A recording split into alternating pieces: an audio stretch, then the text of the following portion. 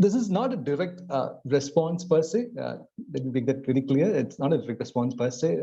This is going to be a brief response where I'll be talking about some of the general aspects pertaining to this topic. And I'm also hoping that I would be able to touch upon some of the important aspects shared by Udaya Kumar sir in his lecture. It wouldn't be surprising to claim that emotions have always been at the center of cultural studies project. However, it is rather curious to note that they had been tactfully sidelined for a very long period of time. There are quite a few reasons behind this, but the most consequential one, I believe, is the bifurcation. I'm talking about the private sphere and public sphere split here. So there was a split between public sphere and private sphere, and there was a subsequent housing of emotions or passions to the private sphere. So this de-emphasis or streamlining of emotions or passions, if I may call it that way, worked with the reductive logic of depoliticization. Let me make this very clear.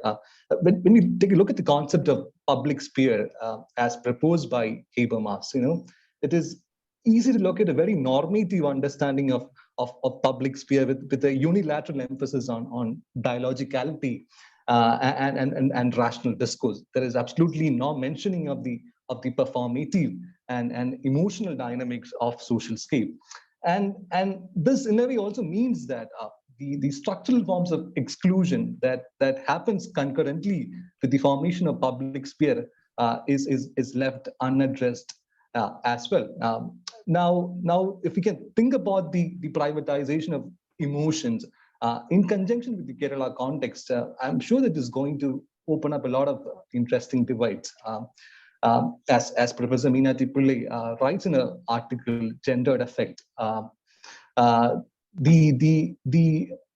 the complex trajectories of Kerala's many modernities were fueled by reactionary desires that forged reform projects and collectives around on desiring publics and counter publics. So it will be an interesting proposition to look at. So now returning to the question of public sphere, even though major critiques that foreground the aesthetic effective dimension of public communication have had emerged in response to Habermasian model, they have been accused guilty of perpetuating a binaristic division between rationality and emotion. Some of the new theoretical engagements on affect theory even claim that the conscious efforts put in by the humanistic disciplines, including culture studies, to correct the over-reliance on linguistic categories as ended up in the disregard of language as a social phenomenon. So I believe that there is a need to engage intensively with the intersections between affect and language. But before moving on to that, it would be interesting to look at the inflectional ways in which the concept of affect has been rendered in the culture scape. As you might know, the initial theorizations on affect theory are largely borrowed from Baruch Spinoza, who has maintained that affect is a correlative process. So there is a capacity to affect and be affected. So this in a way means that you cannot think of an individual's involvement with affect from a monistic perspective. Rather one has to place it in a relational field of micro engagements, I would say. So this in a way also implies that affect is not unidirectional and is not reducible to a logic of causality, if I may say so. One of the most long-standing preoccupations within affect theory is the conceptual distinction between affect and emotion. For some of the foremost critics, including the likes of Brian Masumi, affect is a non-conscious, unidentified, but registered bodily intensity or sensation that arises in response to bodily impingement. So the registering of bodily impingement is said to be happening outside the conscious awareness of an individual, implying that affect is an inarticulable experience that teams with intensity, or what Masumi terms as potential. Emotion then is identified as an expression that delimits and circumscribes the teeming potential of effect through cultural coding and signification. So, but in Sarah Ahmed, when you come back to Sarah Ahmed, there's a different perspective here. So, in Sarah Ahmed's work, the cultural politics of emotion, we can see a radical departure from the tendency to distinguish affect and emotion. So she opines that even a seemingly direct emotional experience can evoke past histories and can even bypass consciousness through bodily memory. So she believes that an analytical distinction between affect and emotion comes at the cost of sidelining the lived experiences of being. So, speaking of emotions, there has always been a hierarchization of emotions. As Sarah Ahmed points out, emotionality as a marker of subject or our collective is imbued with power relations. So, emotions are not just psychological states; they also have a sociality. Let's say. So, uh, Professor Udaya Kumar has emphasized in the lecture that the emotions uh, usually associated with lack of agency and passivity, such as grief and shame, has acquired new salience in the articulation of resistance bodies and resistance subjectivities. So the reference that he has made to Anikit Javari's concept of destitution is particularly invocative. Um, I happened to read that work yesterday. So through this work, practicing caste on touching and non-touching, he offers a poignant take on the workings of caste system. So he introduces the idea of destitution to offer a radically new perspective on caste mechanisms. Javare connects the idea of destitution with the materiality and reality of the touch itself. So the very idea that touch can become a condition of sociality is profound in itself. I again refer back to Sarah Ahmed. Sarah Ahmed, when she talks about the organization of hatred, similarly observes that the alignment of some bodies with some others and against others take place in the physicality of movement, which means that reforming of bodily and social space involves a process of marking the skin crawl. So, and most importantly, Javare also suggests that all human beings, irrespective of their caste and creed, are bound to face a state of potential destitution. So we as human beings endlessly operate on certain premises of exclusion and desertion, and in turn are subjected to conditions of exclusion. The idea of destitution, in a way, reminded me of Judith Butler's engagement with concepts of precariousness and precarity. So I'm not trying to suggest that both these philosophical concepts operate on the same plane. Rather, I'm just trying to bring in another perspective on sociality of vulnerability. So I would like to briefly look at the concept of precarity, as I feel that it opens up a possibility of looking at the political harnessing of affect, if I may say so. So Butler, in her work, Precarious Life, The Powers of Mourning and Violence, which she wrote in the aftermath of 9/11 terrorist attack in the US, so looks at precariousness, which, according to her, is the very condition that marks the social existence of all human beings. So the inevitable interdependence of human species is vulnerability for Butler. So it is a feeling that can be both triggered via a sense of loss and a sense of exposure. So it emerges with life itself, and it is not possible to recover the source of this vulnerability, Butler says. So without either trying to propound a new variant of humanism, or without reproducing the positionalities of Hegelian dialectics, Butler tries to foreground the premise that one is not fully known to oneself and a part of oneself is formed out of the enigmatic traces of the others. So I think that's a very interesting concept to look at. Again, coming back to Butler, in a 2008 work, Frames of War, When Life is Grievable, Butler can be seen expanding her theorizations of precarity, where she attempts to establish lines of connection between precariousness and a new bodily ontology. So for her, the body is always and anyways social by the virtue of the fact that it is all the time exposed to socially and politically articulated forms as well as claims of sociality. So Butler, I believe, is talking about a certain kind of permeability of political subjectivity, which goes against the liberal conception of human ontology. So this permeability of subjectivity is an idea, I believe, which is an important aspect of Professor Udaya Kumar's lecture. So he has also talked on many occasions about the need to critique the idea of experience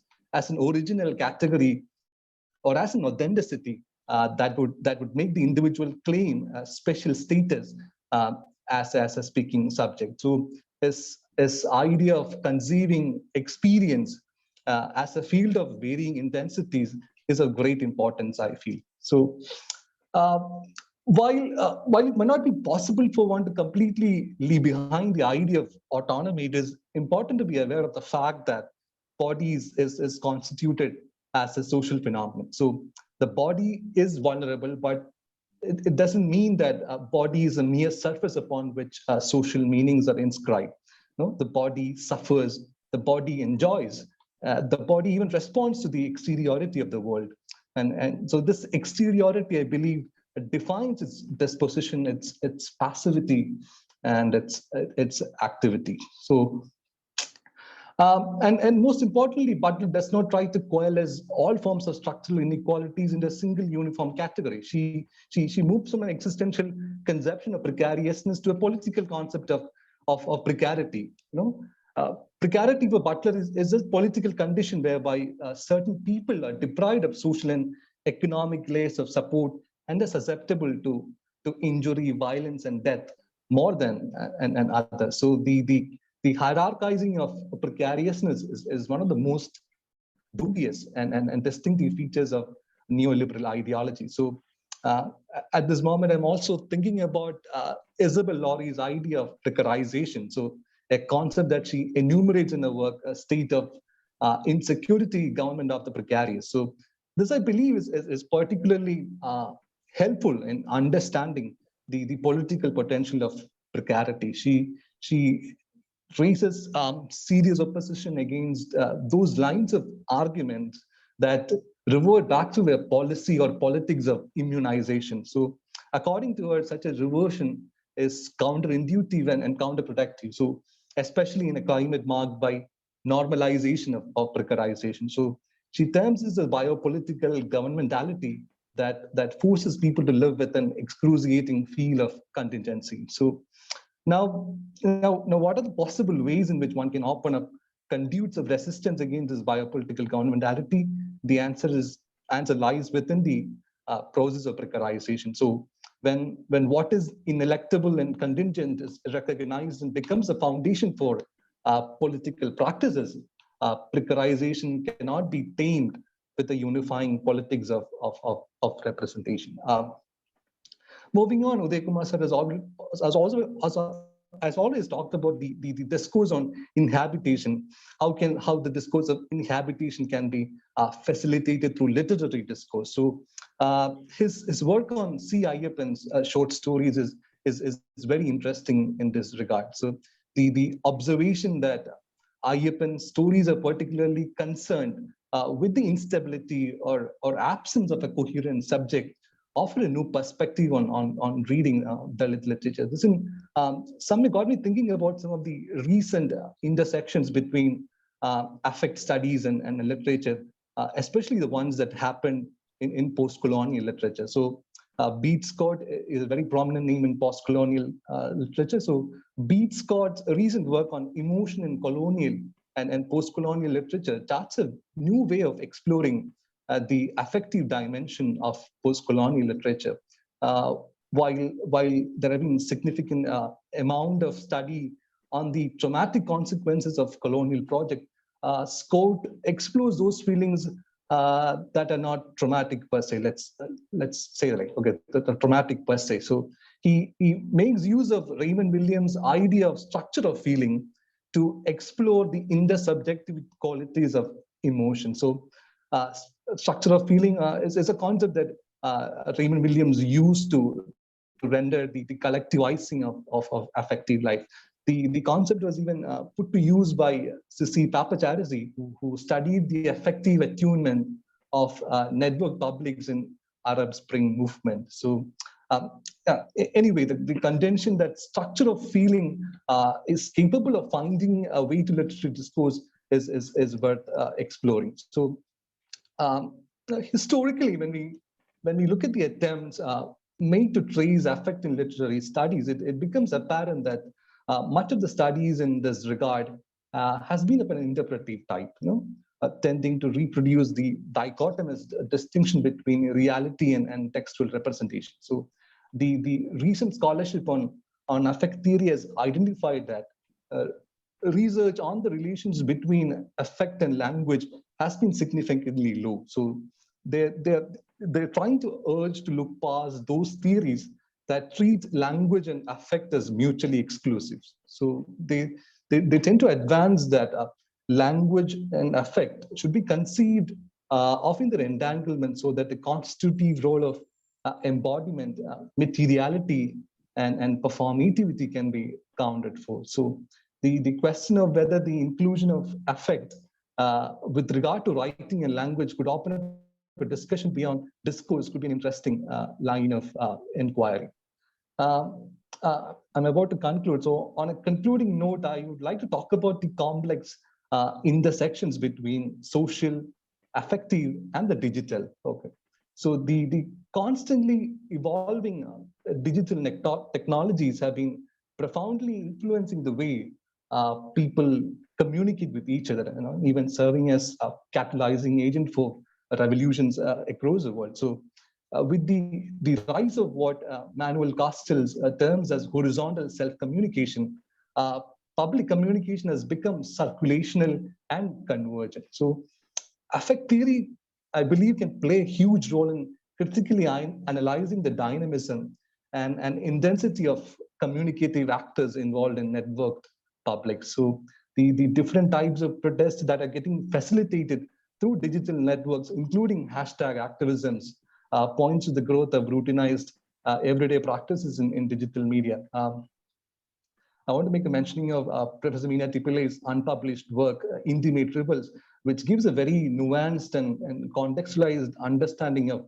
how of gendered precariates are mobilizing affect through digital media. So it's going to be a watershed moment in this field of study, I believe. So now, Sisi Tapachari's work that has studied the Egyptian uprising of 2011 is worth mentioning here. So in an analysis of Twitter feed, Papacharazi observed that affective rhythms of storytelling reinforced the feelings of community for a group of people who felt that they were indignant citizens. So that's a very interesting work as well. So however, effective publics are not only about fostering solidarity and revolutionary action. Effectively charged ways of mobilizing ultranationalism, militarism, Islamophobia, and racism are also prevalent. So I believe that one of the most important challenges that need to be addressed going forward is the realization that power also works effectively. Yeah, thank you.